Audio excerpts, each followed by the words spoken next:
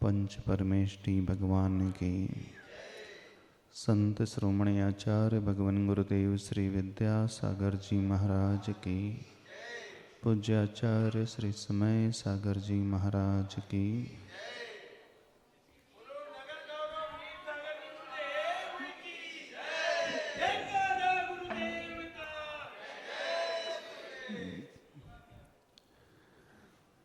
दिन की शुरुआत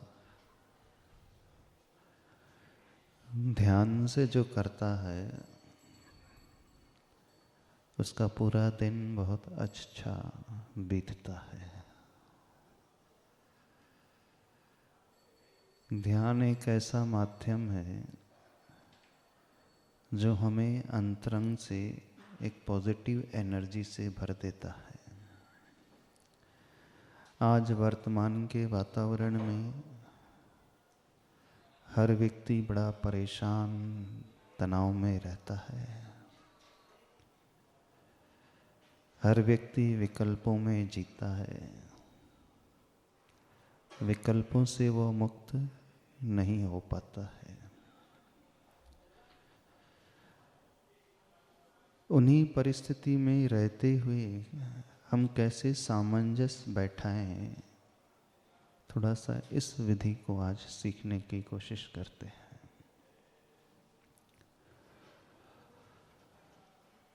मंत्र के आलम्बन से हमारा मन स्थिर हो जाता है। मंत्र के जाप से हमारे भीतर एक ऊर्जा का संचार होता है। आप सभी लोग प्रतिदिन मंत्र जाप तो करते? कौन सा मंत्र फिरते? नमोकार मंत्र। कितने लोगों का मन लगता है नमोकार मंत्र की जाप में? नहीं लगता। कितने % मन लगता है? 10%। 1% लगता है, 99% मन भटकता है। आज आप सभी को नमोकार मंत्र की जाप में मन कैसे लगे उस विधि को बताते हैं। नमोकार मंत्र अपने आप में बहुत पावरफुल मंत्र है, शक्ति से संपन्न है, ऊर्जा से भरा हुआ है। इस मंत्र के आलम्बन लेने से बड़े बड़े ऋषि मुनि भी कर्मों को क्षय कर देते हैं। इस मंत्र के ध्यान से केवल ज्ञान भी प्रकट हो जाता है। इस मंत्र को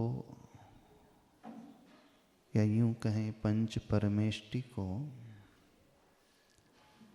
हम मन से, वचन से और काय से 3 तरीके से जपना सीखें।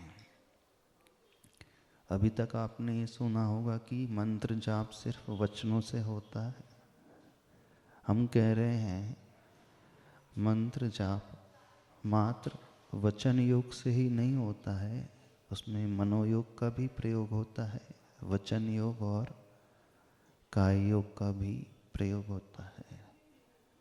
तीनों योगों से सहित इस मंत्र को अपने हृदय में हमें धारण करना है।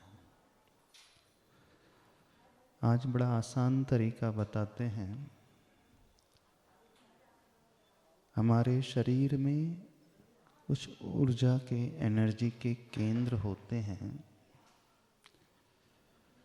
वहाँ यदि हम मंत्र के एक एक पद को स्थापित करते हुए विजुलाइज करें, बहुत शीघ्रता से एकाग्रता आने लगती है।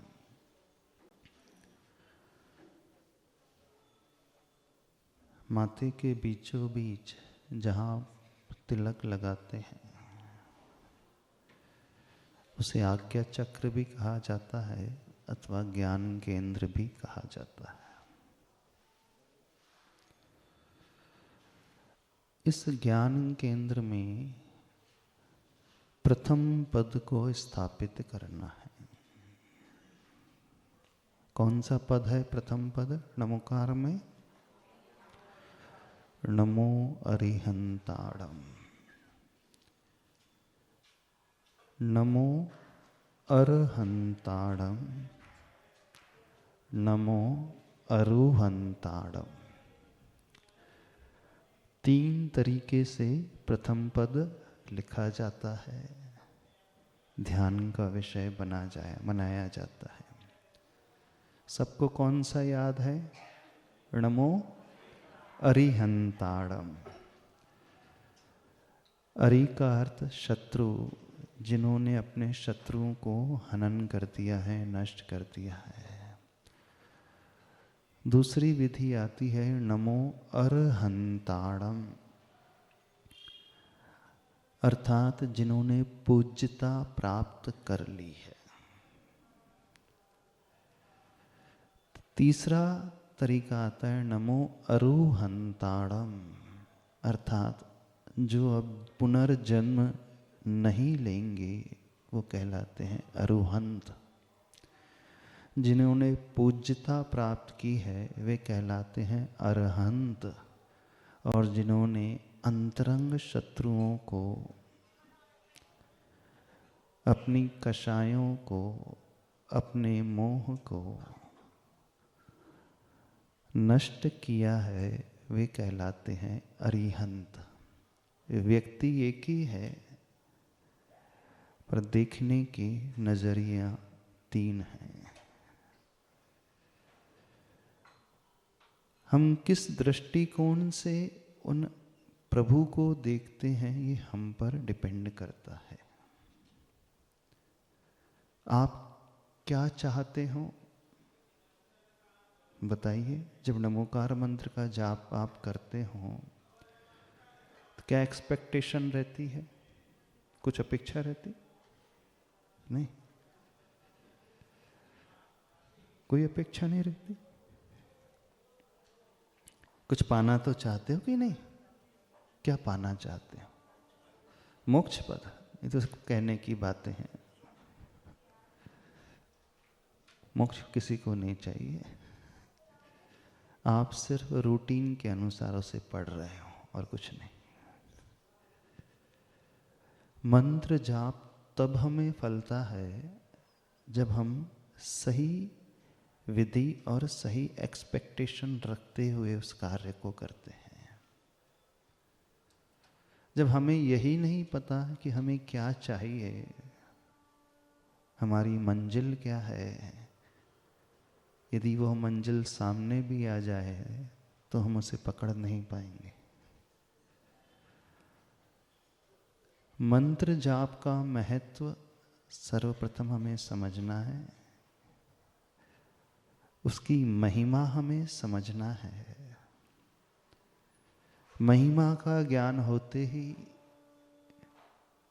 हम उसे पढ़ेंगे तो हमारी विशुद्धि बहुत बढ़ती है। अभी आप लोग नमोकार मंत्र को पढ़ते हो, बिना महिमा समझे पढ़ लेते हैं तो उसमें समर्पण का भाव भी जागृत नहीं होता है और विशुद्धि भी नहीं पैदा होती है। पहली कंडीशन, एग्जाम्पल दे रहे हैं। जैसे ही हमें पता चलता है कि सामने वाला व्यक्ति बहुत महान है, क्वालिटी वाला है, बड़ा है, अमीर है, अच्छे पद पर बैठा है, तो उसे फिर आप ग्रीट किस तरीके से करते हो, विश किस तरीके से करते हो? हाँ, आपकी नमस्कार करने का तरीका, आपकी हेलो बोलने का तरीका अलग से ही बदल जाएगा। एक सामान्य पर्सन है, एक पार्षद है, एक एमएलए है, एक एमपी है और एक मंत्री है और प्रधानमंत्री है। 6 पद हो गए।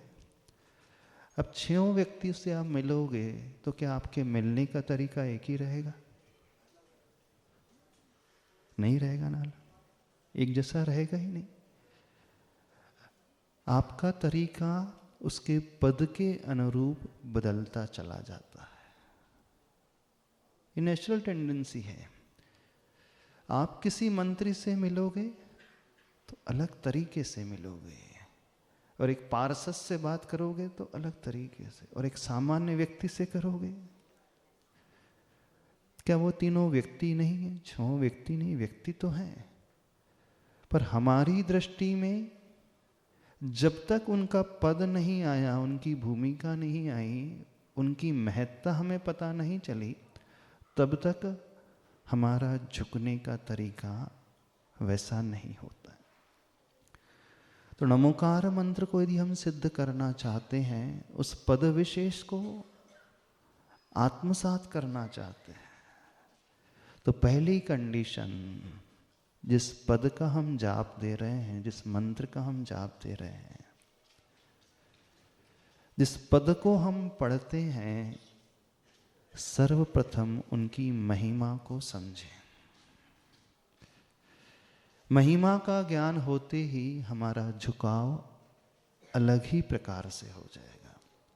अभी आप सभी लोग नमो अरिहंताणम कहते तो हों, लेकिन बिना महिमा समझे कहते हो। जैसे किसी का नाम अरिहंत रख दिया जाए, भाव पैदा होते? भाव पैदा नहीं होते। अरिहंत नाम मात्र रखने से वो अरिहंत नहीं हो जाता है। हमारी दृष्टि में आया कि वो व्यक्तित्व एक ऐसा व्यक्तित्व है जिन्होंने दुनिया में सबसे उच्च कोटि का पुरुषार्थ किया है। उन्होंने जो पाया है हर एक व्यक्ति नहीं पा सकता। उनकी जो ऊर्जा है बहुत ऊंची है, बहुत ऊपर की स्टेज की है। ये भाव आएगा, फिर देखना आप नमो अरिहंताणम पद कहोगे और ध्यान का विषय बनाओगे तो अपने आप मन स्थिर होने लगेगा। एक तरीका यह है। दूसरा तरीका जो सामान्य है, आप सभी आलम्बन लेते हैं। जब आप नमो अरिहंताणम कहते हैं तो क्या विजुलाइज करते हो? मस्तिष्क में कौन सी इमेज आती है आपके? कुछ आती है कि नहीं? नहीं आती। नमो अरिहंताणम यह पद लिखा हुआ कहीं आप देखते हैं, विजुलाइज करते? आंखें बंद करके आपने नमो अरिहंताणम कहा तो आपको क्या लिखा हुआ मंत्र दिखता है? कहीं पे याद आता है? तो आसान तरीका बता रहे हैं। जब हम इस पद को कहें तो उस पद को लिखा हुआ आंखें बंद करके विजुलाइज करें, नमो अरिहंताणम। इसलिए कह रहे हैं क्योंकि मन का स्वभाव हमेशा बड़ा चंचल रहता है। कोई भी व्यक्ति क्यों ना हो, मन का स्वभाव हमेशा भागने वाला होता है। मन कभी स्थिर रह ही नहीं सकता। मन बिल्कुल वैसा है जैसा वो बंदर होता है, चंचल। बंदर हमेशा उछल कूद करता है, शांत नहीं बैठ सकता। मन उससे भी अधिक खतरनाक है। अब हम कोशिश कर रहे हैं कि उस मन को एक जगह शांत बैठाने की। ये हमारी कोशिश अगेंस्ट नेचर है, प्रकृति के विरुद्ध हो रही है। तो हमें मन को पकड़ना भी नहीं है, मन को कहीं जबरदस्ती लगाना भी नहीं है। हम क्या कर सकते हैं? जैसे उस बंदर को हमने एक पेड़ दे दिया, एक वृक्ष दे दिया, उस वृक्ष में ढेर सारी डगालें हैं, बस बंदर से ये कहा कि एक डाल से दूसरी, दूसरी से तीसरी, चौथी, बस इसी वृक्ष के इर्द गिर्द तुम्हें घूमना है, उछल कूद करना है। वो उछल कूद भी कर रहा है लेकिन एक जगह बंध गया है। बात समझ में आ रही? हमने बंदर को ऑप्शंस दिए हैं उछल कूद करने के, लेकिन उसके ऑप्शंस उसी पेड़ तक सीमित है। वो उस पेड़ को छोड़ करके कहीं और नहीं भाग रहा है। ऐसे ही मन के साथ भी है। यदि हम मन को ऑप्शन नहीं देंगे तो वह एक स्थान पे रुक करके तुरंत भाग करके कहीं भी चला जाएगा। तो हमें क्या देना है? मन को कुछ डगाले देना है। और एक डगाल नमो अरिहंताड़म, इस पद की हमने विजुअलाइज करके दे दिया। फिर और गहरे में उस पद में लिखे हुए जितने अक्षर हैं, एक एक अक्षर में फिर हमने मन को असाइन किया। जैसे वृक्ष की डगालें हैं, ऐसे ही नमो अरिहंताड़म में 7 बीजाक्षर हैं। नमो अरिहंताड़म। अभी हम गुण की बात नहीं कर रहे हैं, अभी सिर्फ उस डगाल की बात कर रहे हैं, अक्षर की बात कर रहे हैं। तो हमें क्या करना है? न मो अरिहंताड़म।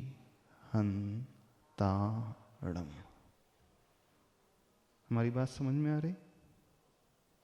अथवा नमो अरहंताड़म, अरहंताड़म, अथवा नमो अरुहंताड़म। जिसमें आपकी श्रद्धा हो उसका उपयोग आप कर सकते हैं। कुछ समझ रहे हो कि नहीं कर रहे हो? अब जब आप नमो अरिहंताड़म इस पद को विजुलाइज करोगे तो वो अक्षर जो लिखे कौन से कलर में दिखोगे? कौन से कलर में दिखता है आपको नमो अरिहंताड़म? पूछ रहे हैं। पढ़ते हो ना रोज नमो अरिहंताड़म? तो कौन से रंग में वो लिखा हुआ पद दिखता है? जो जिनवाणी में लिखा है व्हाइट पेपर में ब्लैक अक्षर से, वही दिखता है? कि कभी सोचा भी नहीं है इस बारे में? दिखता ही नहीं है। कुछ लोगों को दिखता ही नहीं है। कुछ लोगों को सफेद पेपर पे लिखा हुआ ब्लैक स्याही से वो दिखता होगा, चूंकि जिनवाणी में आप वो पढ़ते हो। अब हमें नमो अरिहंताड़म इस पद को सफेद रंग में देखना है। जैन ध्वज में 5 रंग होते हैं ना? कौन कौन से कलर होते हैं? देखो ये लगा हुआ है, देखो ध्यान से देखो कौन कौन से। लाल, पीला, सफेद, हरा, नीला। तो जो उसमें सफेद कलर है वो अरिहंत परमेष्टि का वाचक। तो नमो अरिहंताड़म इस पद को अपने ज्ञान केंद्र में माथे के बीचों बीच सफेद रंग से लिखा हुआ देखें। कैसा सफेद रंग? जैसे चंद्रमा की चांदनी होती है, इसमें से प्रकाश की किरणें फूट रही हैं, अथवा ये लाइट जल रही है ना, ऐसे उस प्रकाश की किरणों को फैलाते हुए नमो अरिहंताड़म इस पद को देखना है। विजुलाइज कर पाओगे? अब बाहर नहीं, अपने ही भीतर विजुलाइज करना है। अब हमने क्या किया? मन को एक माध्यम दे दिया नमो अरिहंताड़म इस पद का। अभी पूरा पद एक साथ, फिर धीरे धीरे एक एक अक्षर को माध्यम का रूप दिया हमने। नमो अरिहंताड़म।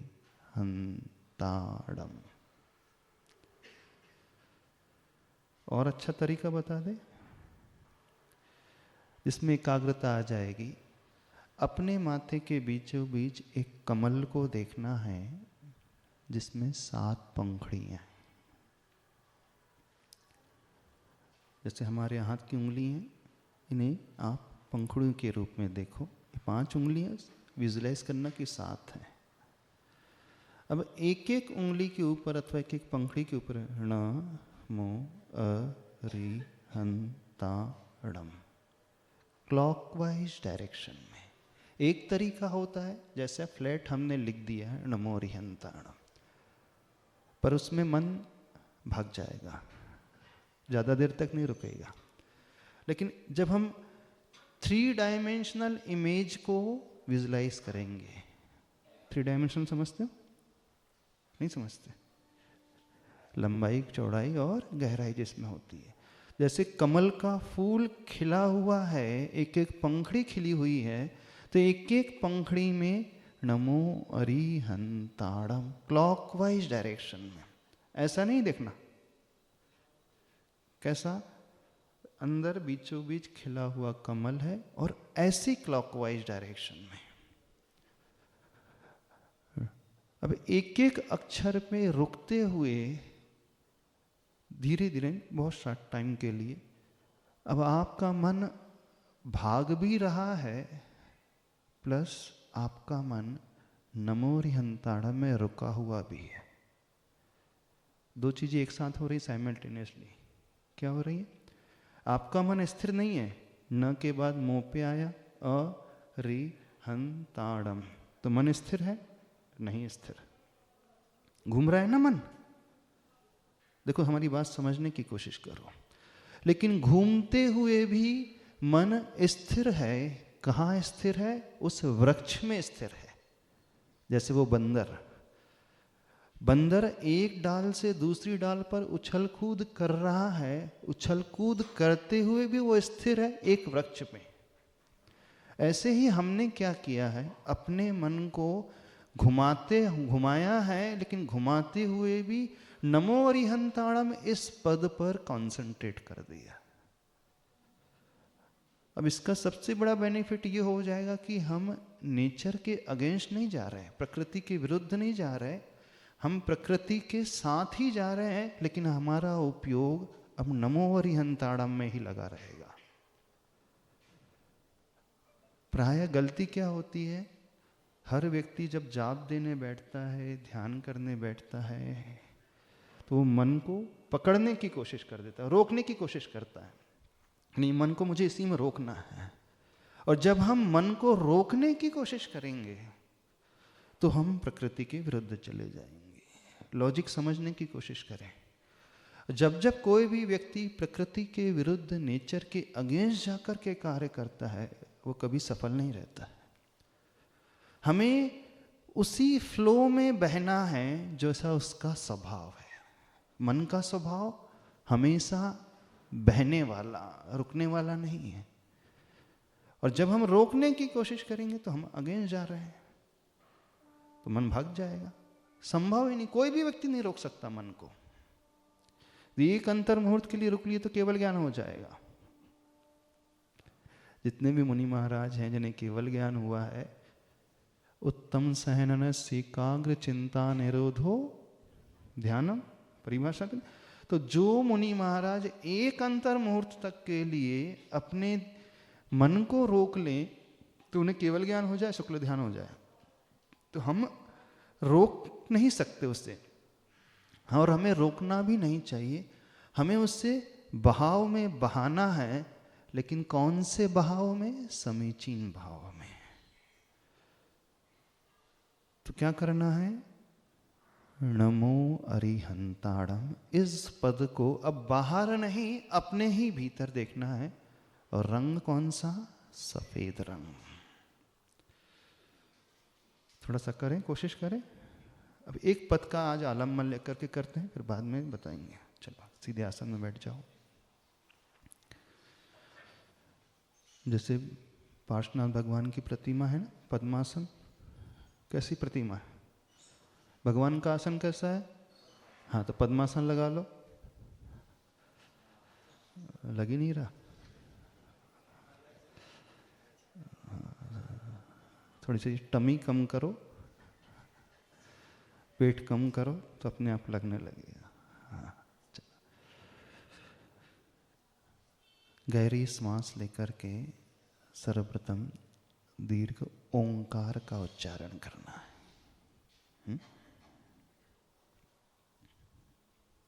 आंखें बंद, रीढ़ सीधी,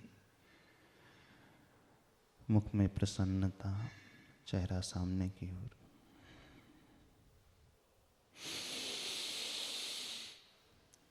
ओम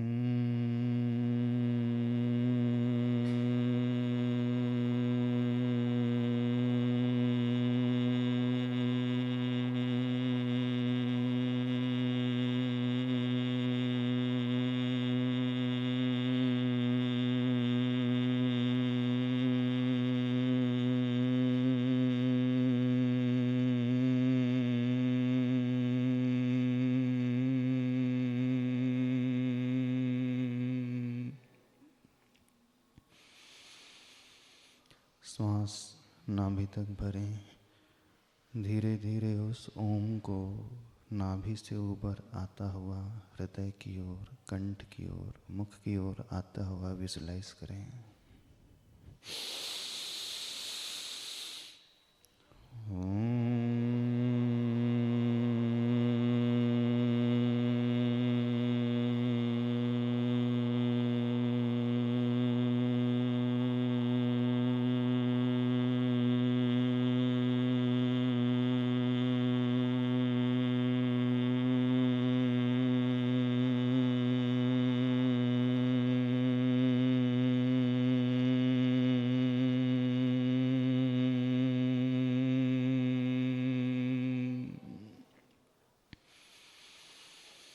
सबको उच्चारण करना है, शांत नहीं बैठना है।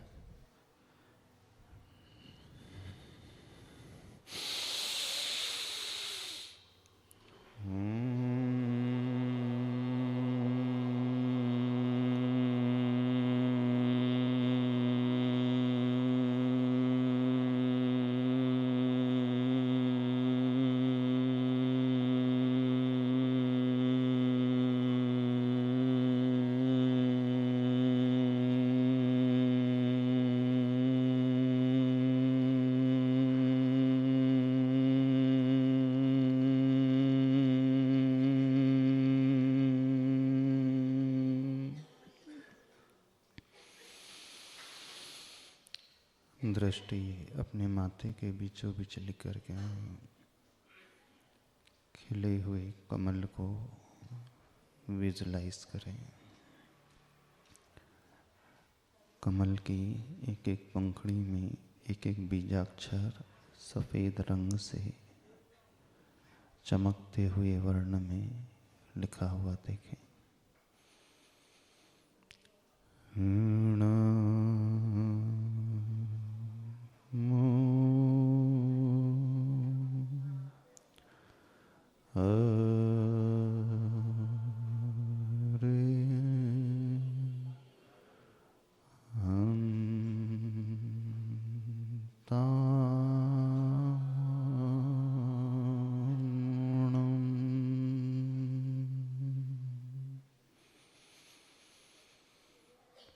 दृष्टि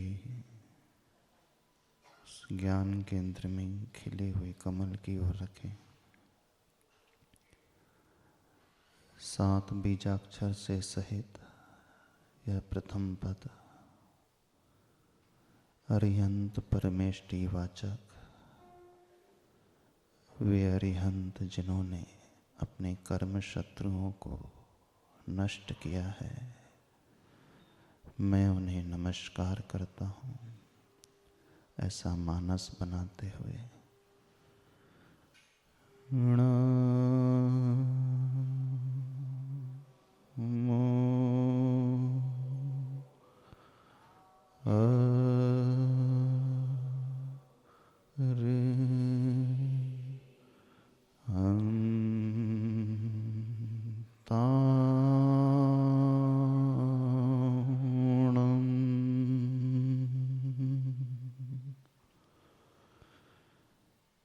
पूरा पद क्लॉकवाइज डायरेक्शन में लिखा हुआ देखें।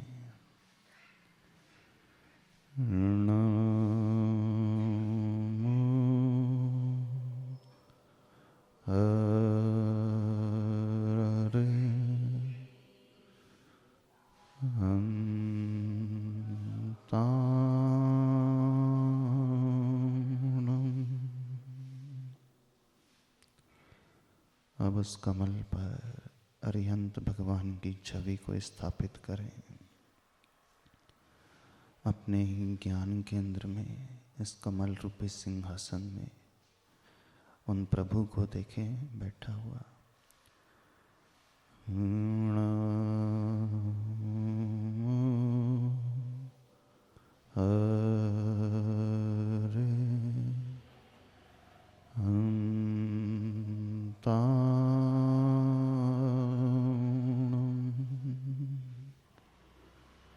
दृष्टि प्रभु के दोनों चरणों की ओर लाते हुए अपने हृदय से उन्हें नमस्कार करें।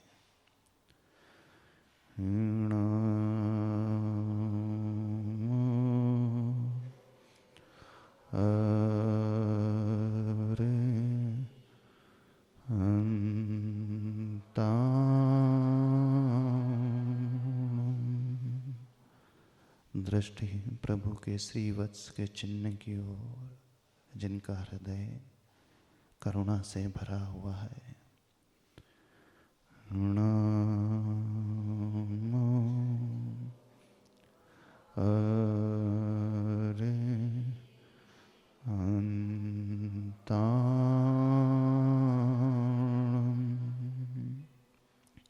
दृष्टि प्रभु की आंखों की ओर प्रशांत मुद्रा की ओर लाते हुए अपने हृदय से उन्हें नमस्कार करें।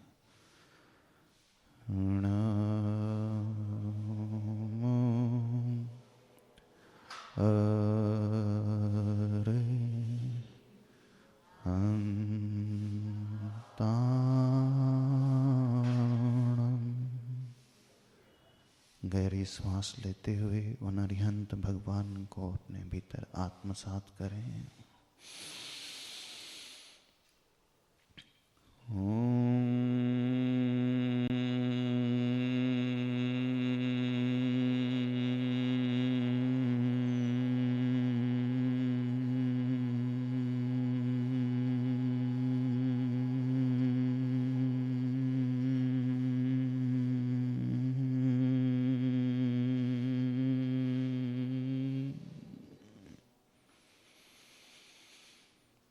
अपने माथे के बीचों बीच उन प्रभु की छवि को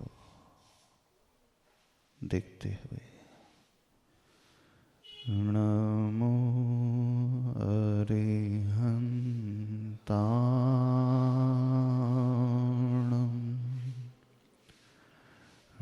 नमो अरिहंताणं,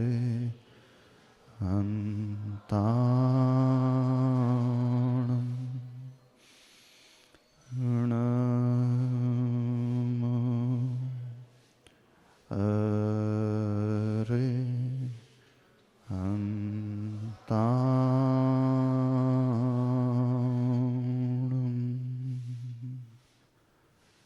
शांत होकर अरिहंत प्रभु की ऊर्जा को अपने पूरे शरीर में व्याप्त होता हुआ देखें। ओम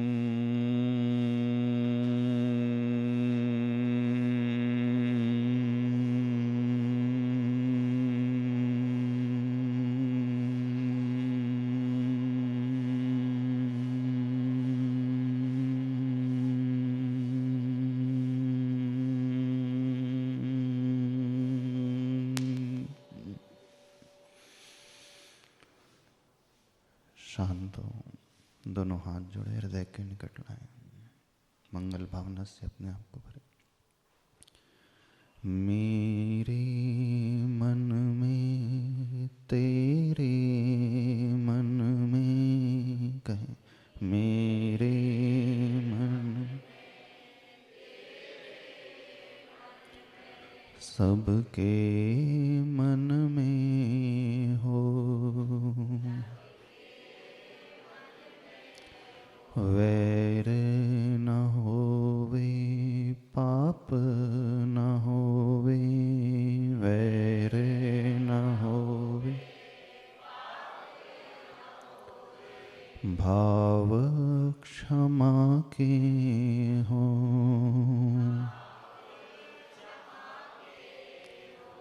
मेरे मन में तेरे मन में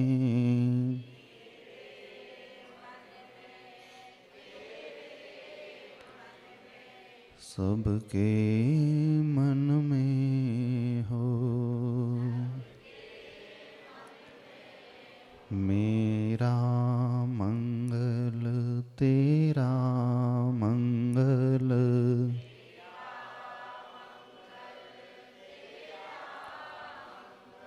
सबका मंगल हो,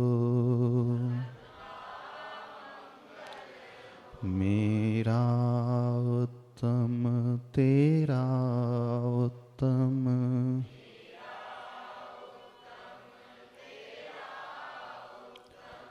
सबका उत्तम हो। प्रभु के चरणा, गुरु के चरणा, प्रभु के सबको शरणा हो। दुखियारा कोई होवे, दुखियारा मन ज्योतिर्मय हो। मेरे मन में तेरे मन में सबके मन में हो। तन निरोगी मन हो निर्मल, तन निरोगी मन हो। बोधि समाधि हो, बोधि समाधि हो, बोधि समाधि हो। ओम अरहं परम शांति, ओम अरहं परम शांति, परम शांति। दोनों हथेलियों को रगड़ कर अपने शरीर से स्पर्श करें।